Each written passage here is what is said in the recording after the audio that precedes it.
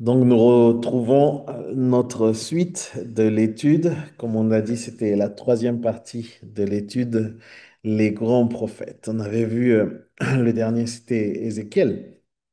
Et justement, à la même époque d'Ézéchiel, Daniel avait été transporté en captivité à ce moment-là aussi. Mais en fait, Ézéchiel, lui, il exerçait son ministère, comme on l'a vu la semaine dernière, plus au niveau des campagnes. Alors que Daniel, lui, va avoir un rôle dans la capitale du pays étranger, où il occupait une des plus hautes positions finalement sociales. Il avait été voué par son maître, le roi de Babylone, à l'étude de l'astronomie dans le collège des mages, afin d'apprendre à découvrir par les cours les astres et les plans divins. Donc, c'est dans ça qu'il naviguait quelque part le prophète Daniel. Après avoir donné à Nabuchodonosor, pardon, ce nom est toujours très difficile à prononcer, l'interprétation du songe extraordinaire, vous vous souvenez, hein? Eh ben, il va devenir l'un des premiers magistrats finalement de l'Empire. Et de ce poste élevé, comme du haut d'une tour dominant toute la contrée, il contemplait le cours de l'histoire et celle qui s'accomplissait, comme celle qui se préparait aussi, puisqu'il pouvait discerner cela. Il était déjà avancé en âge quand le roi de Metz, qui s'appelait Siaxar, mais dans la Bible, il ne s'appelle pas Siaxar, il s'appelle Darius, Darius le Mède. Avec l'aide de son jeune allié Cyrus, le roi de Perse, il prit d'assaut Babylone et renversa donc un vaste empire des Chaldéens.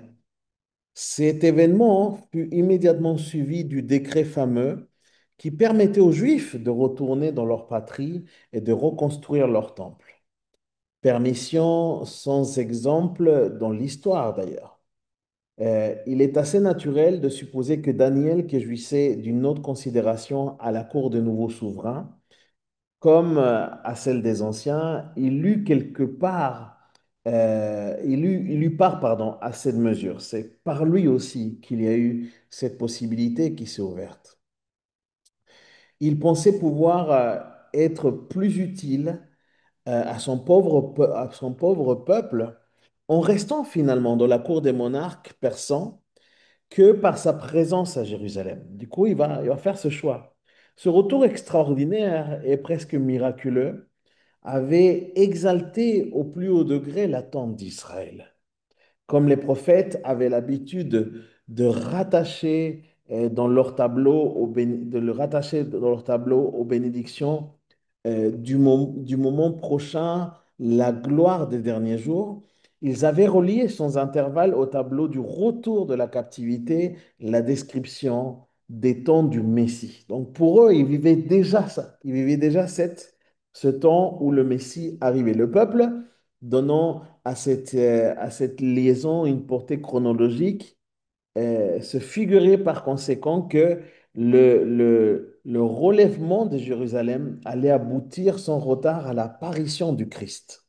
Donc, il y avait cette attente. Il y avait dans leur cœur, au moment donc de ce retour d'exil, il y avait ça dans le cœur du peuple d'Israël.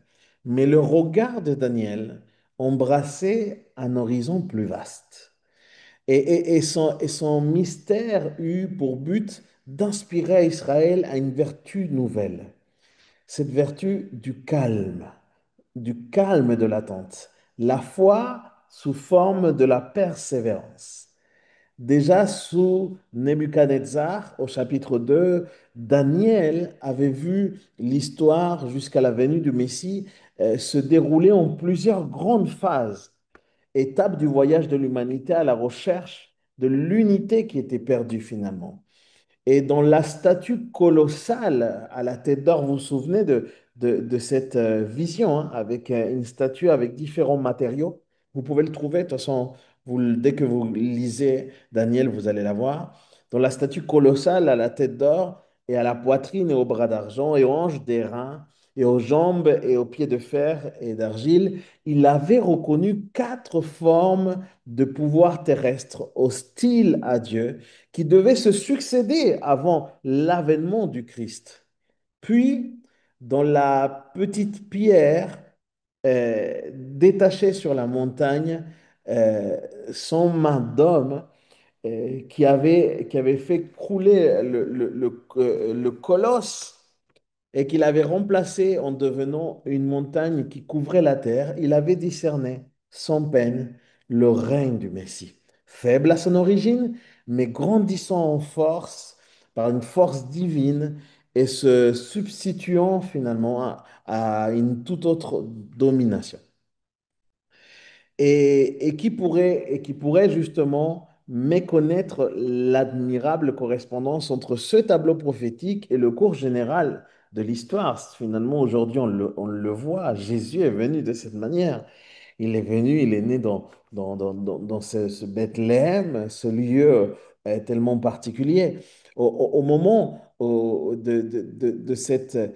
moment même où la dernière, la plus colossale des monarchies païennes, engloutissait le reste de toutes les parties précédentes et réunissait sous son seul sceptre tous les peuples du monde, un enfant obscur naissait à Bethléem. On parle là de l'époque romaine, et à ce moment-là, naissait à Bethléem et grandissait à Nazareth, Jésus.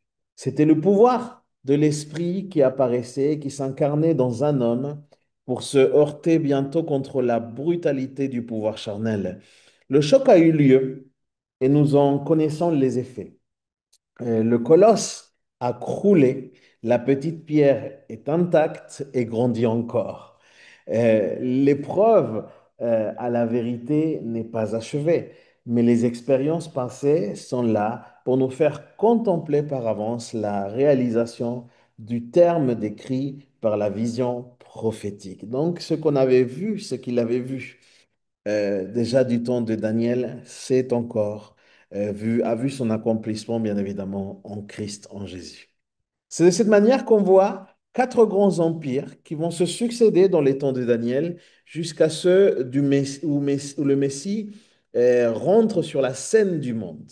Daniel les contemple de nouveau et dans la vision racontée au chapitre 7, sous l'image des quatre animaux qui vont successivement sortir des eaux de la mer, c'est-à-dire du sein de l'humanité païenne, et qui font place à un seul royaume éternel, celui dont figure le Fils de l'homme.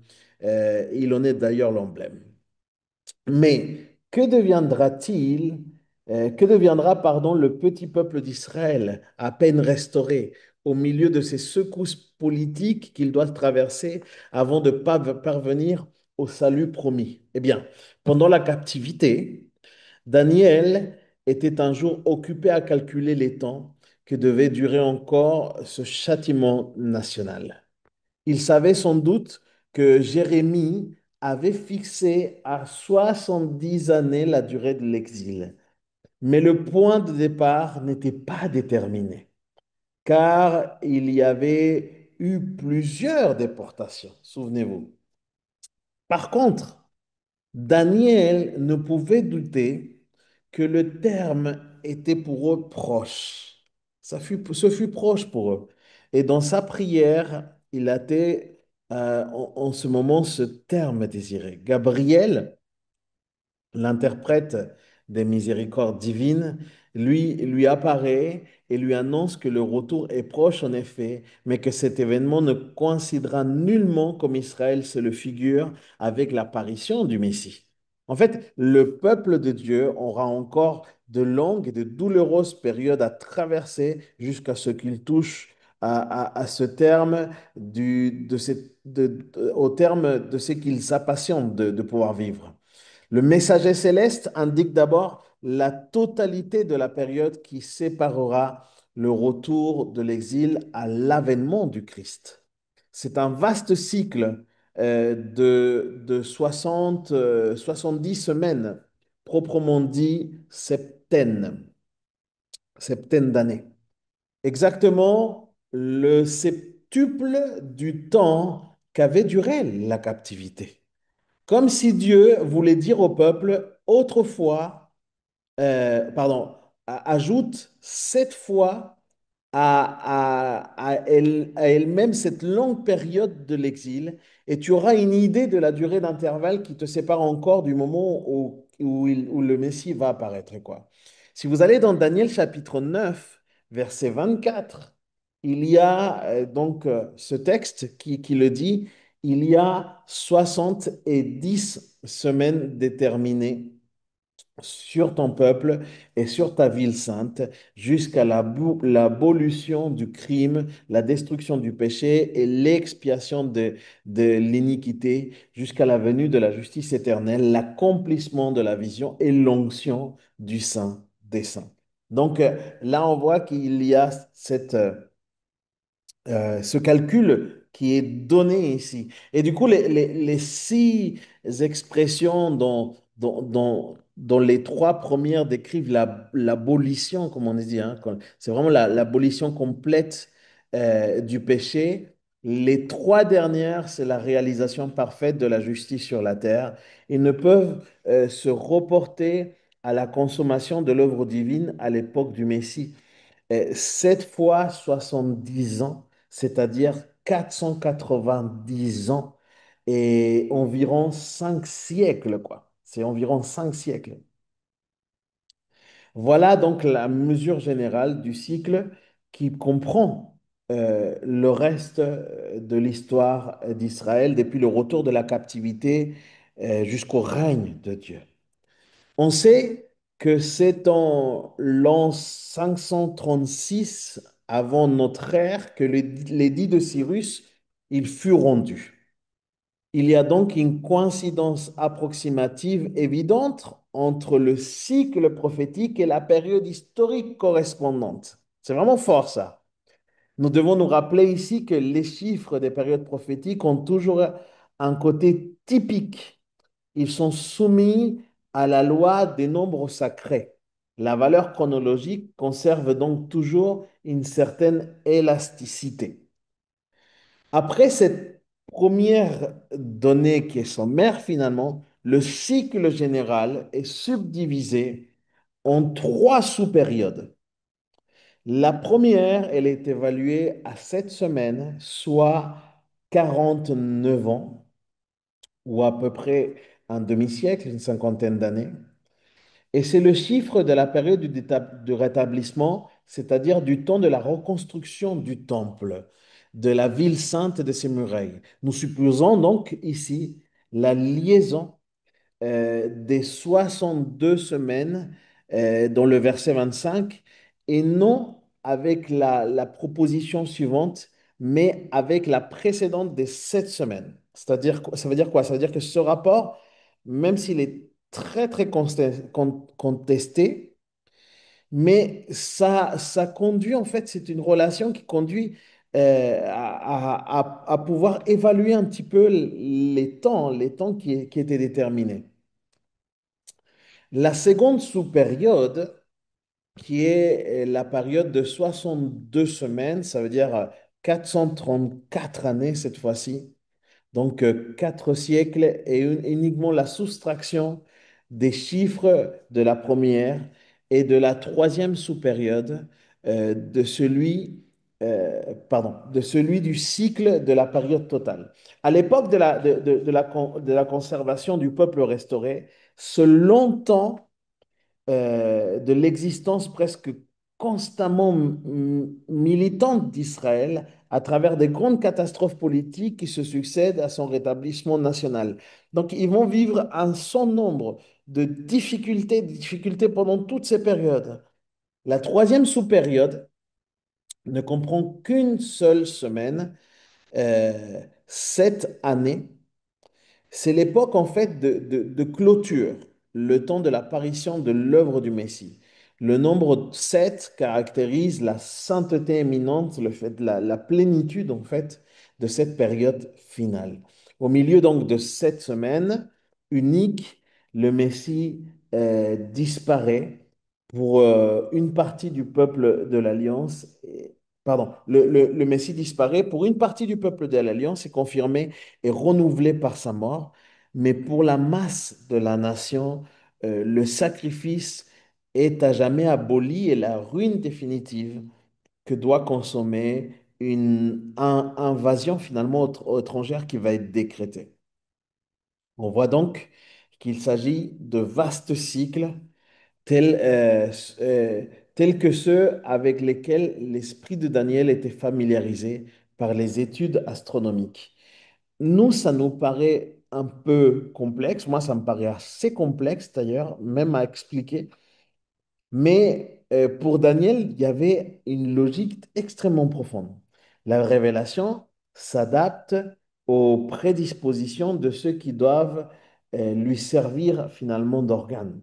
Mais il ne faut pas demander à l'histoire de se plier servilement à des déterminations mathématiques dont les lois sont d'une autre nature.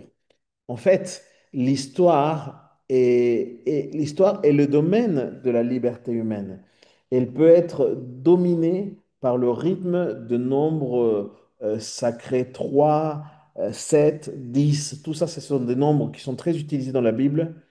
Un point de comparaison instructif, il nous est donné, par exemple, dans la généalogie de Jésus. Si vous allez dans Matthieu 1, il y a cette généalogie de Jésus.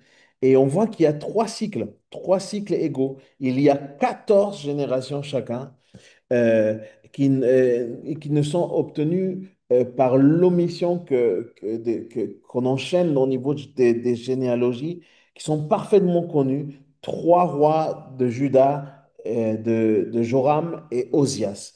Et on voit qu'il y a, dans ces trois périodes aussi, elle est marquée, la généalogie de Jésus. Qu'Israël ne se livre donc pas à des espérances chimériques, et qui ne le conduirait qu'à une série de déceptions finalement.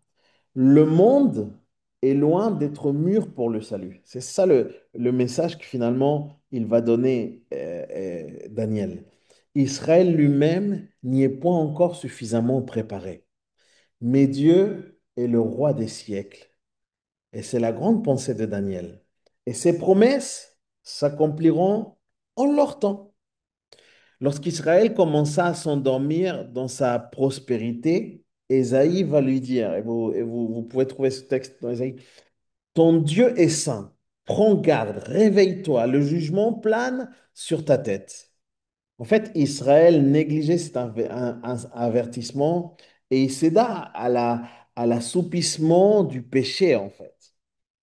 Un peu plus tard, quand l'heure fut fatale du châtiment, que le châtiment allait sonner, Jérémie, quant à lui, va crier quelque chose. Il va dire, donne gloire à Dieu. L'Éternel est juste, tu as péché. Accepte sans résister le coup dont Dieu va te frapper. C'est Jérémie qui disait ça. Les réchappés finalement du jugement national, ceux que les premières déportations avaient mis à l'abri sur la terre étrangère, se résignaient, mais non sans tomber dans une morne découragement en fait. Il y a plus d'espérance, se disait-il l'un à l'autre face au jugement divin consommé. À ces derniers, Ézéchiel, il va leur dire aussi, Ézéchiel va parler aussi, il va dire, Dieu est puissant, prenez courage, vous revivrez. Et bientôt, du coup, Cyrus allait apparaître. Et par Cyrus, vous savez qu'il allait y avoir donc cette possibilité au peuple de revenir d'exil. Miraculeusement affranchi, Israël put rentrer dans sa patrie, pardon. Mais à ce moment, son imagination s'exalte. Pour eux, le jour de gloire est arrivé. Pour eux, le Christ va apparaître et Daniel calme cette effervescence charnelle. Il dit non, non, l'heure de la gloire est encore éloignée. Il s'agit de persévérer et de demeurer fidèle encore longtemps, pendant des siècles. Mais le jour viendra où les paroles de Dieu éternel auront leur accomplissement. Sanctifie-toi, soumets-toi, espère, prends patience. Voilà les quatre messages que Daniel donne à son peuple. Sanctifie-toi, soumets-toi, espère et prends patience. Je fais un petit aparté parce qu'en fait, euh, ce message, je trouve qu'il résonne tellement pour notre époque. Il résonne tellement pour nous, nous qui attendons justement ce rapt, nous qui attendons justement d'être auprès de Jésus. Je crois que ce message nous parle à nous comme il a parlé au peuple. Sanctifie-toi, soumets-toi, espère et prends patience. Ils répondent bien aux quatre solutions morales que nous avons rappelées. On peut comparer Ésaïe à un chêne majestueux ombrageant de ses rameaux touffus le palais du roi de Juda au temps de sa splendeur. Et Jérémie ressemble lui plutôt à un sol pleureur dont les rameaux pendent sur le sol au milieu des ruines de ce château désolé. Ézéchiel fait l'effet d'une de ces plantes aromatiques de l'Orient dont les vivifiantes senteurs embaument la contrée et raniment le cœur du voyageur défaillant. Et Daniel, lui, il est comme un arbre qui s'élève au milieu d'une vaste plaine et que l'on discerne de toutes parts, en fait. C'est vraiment, il est très visible. C'est le signal au moyen duquel la caravane peut s'orienter dans sa marche.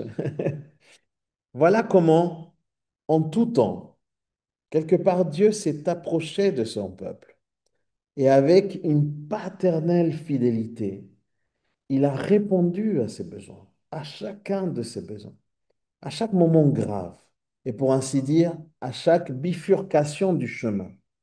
Il s'est trouvé là.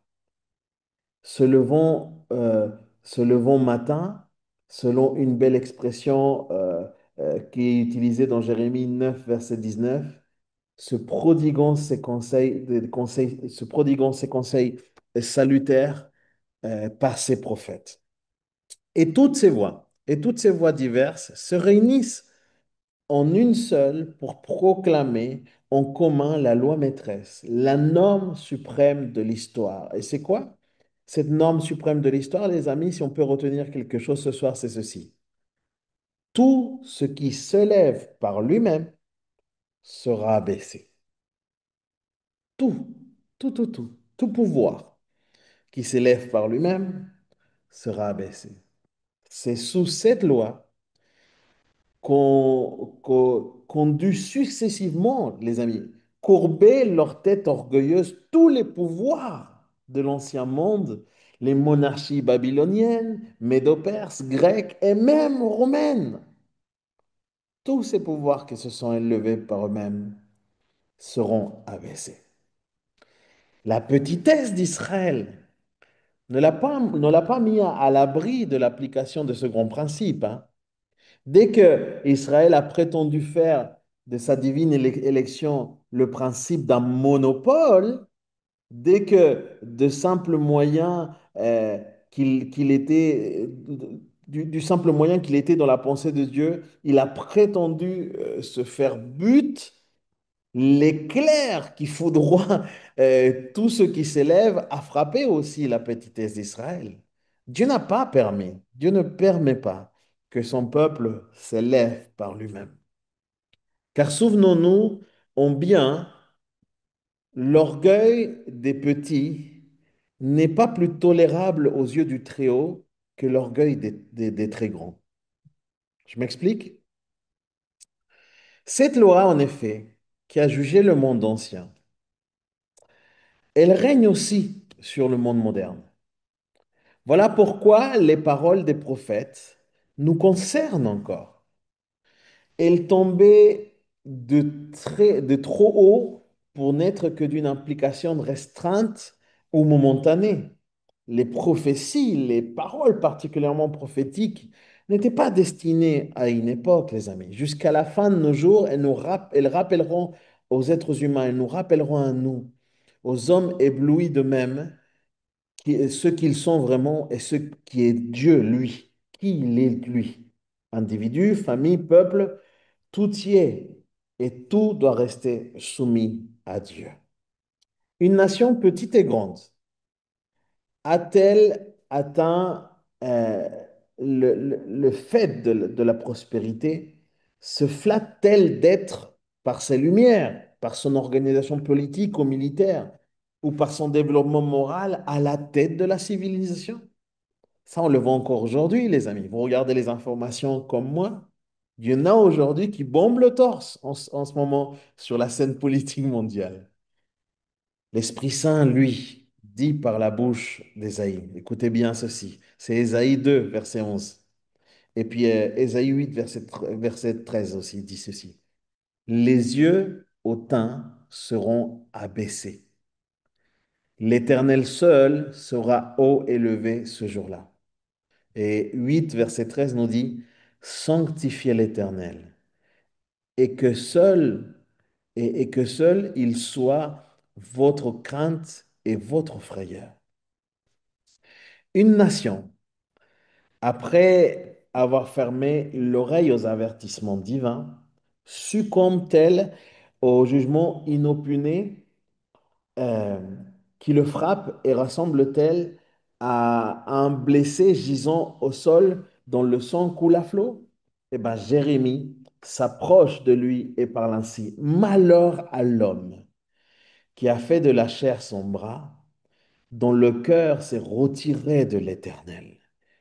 Pourquoi, pourquoi l'homme vivant murmure-t-il, l'homme, dis-je, souffre-t-il pour ses péchés? Ça, c'est dans Jérémie 17, verset 5, et puis la dernière partie, c'est dans Lamentation 3, verset 39. Le peuple brisé par les coups du Tout-Puissant rend-il hommage à son céleste juge et, au lieu de s'arrêter follement de maudire la verge qui s'est abaissée sur lui, glorifie-t-il la main de celui qui la manie? C'est le moment pour Ézéchiel de crier, tu revivras. Et il va le faire. Tu revivras. Tu connaîtras que je suis l'Éternel quand je ne cacherai plus ma face de toi et que j'aurai répandu mon esprit sur toi. Un peuple enfin, après avoir vu briller l'horreur du relèvement, se livre-t-il de nouveau à des espérances ambitieuses et à des terrestres aspirations? Daniel se lève et lui rappelle que la réalisation de l'âge d'or des derniers jours n'est pas l'œuvre de l'homme, mais celle du Christ. Que l'abolition des misères sociales ne peut pas résulter que de la suppression du péché. Que l'ère du bien ne datera pas pour l'humanité que du jour où se lèvera sur lui le soleil de justice et que la gloire enfin n'est dans l'ordre divin que corollaire de la sainteté de Dieu. Je faisais cette réflexion et je le crois, hein. Il n'y a plus aujourd'hui d'apôtres à la manière apostolique qu'on voit dans le Nouveau Testament, pardon. À l'époque de la naissance de l'Église, quand Jésus choisit ses apôtres, je crois qu'il n'y a plus d'apôtres de cette manière. Il y a d'autres formes d'apôtres. Il peut y avoir une forme d'apostolat ou de service apostolique, mais d'apôtres en tant que tel, comme fondateur de l'Église, ça n'existe plus. Pourquoi? Parce que c'est Pierre, c'est Matthieu, c'est Paul, Jean, ils sont encore finalement nos apôtres aujourd'hui. OK? Dieu ne nous suscite plus du coup aussi des prophètes de la même manière que dans l'Ancien Testament. Il peut y avoir l'esprit prophétique, il peut exister encore des prophéties, mais de la manière de l'Ancien Testament, non, il n'y en a plus. Et pourquoi il n'y en a plus? Eh bien, parce que Ésaïe, Jérémie, Ézéchiel, Daniel, eux tous doivent être encore nos prophètes. Qu'est-ce que je veux dire par là? Nous devons étudier leurs paroles et non pour chercher curieusement à déchirer le voile qui couvre l'avenir, mais pour apprendre à employer constamment le présent en vue de la fin. Et chaque fois que nous nous préparons à méditer leurs paroles, que ce soit avec la disposition d'un Ésaïe, au moment où il prêtait son oreille pour recueillir la révélation divine. Ésaïe 26, versets 8 à 9. Et je vais arrêter avec ça. L'Éternel, je t'ai attendu sur le sentier de tes jugements. Vers ton nom et ton souvenir se porte le désir de notre âme. Mon âme te désire la nuit et mon esprit au-dedans de moi te cherche au matin. Car lorsque tes jugements sont sur la terre, les habitants de la terre apprennent la justice. Voilà ce que je peux vous dire sur ces quatre grands prophètes. Je rappelle que grands prophètes, non pas parce qu'ils ont été plus importants que les autres prophètes bibliques, mais tout simplement parce que le contenu au niveau de la parole de Dieu, au niveau de la Bible, eh ben, est beaucoup plus important. Il y a aussi un aspect historique aussi qui marque un petit peu plus l'esprit. Donc voilà, on finit aujourd'hui avec cette troisième partie de l'étude et on va rentrer dans une nouvelle étude à partir de la semaine prochaine.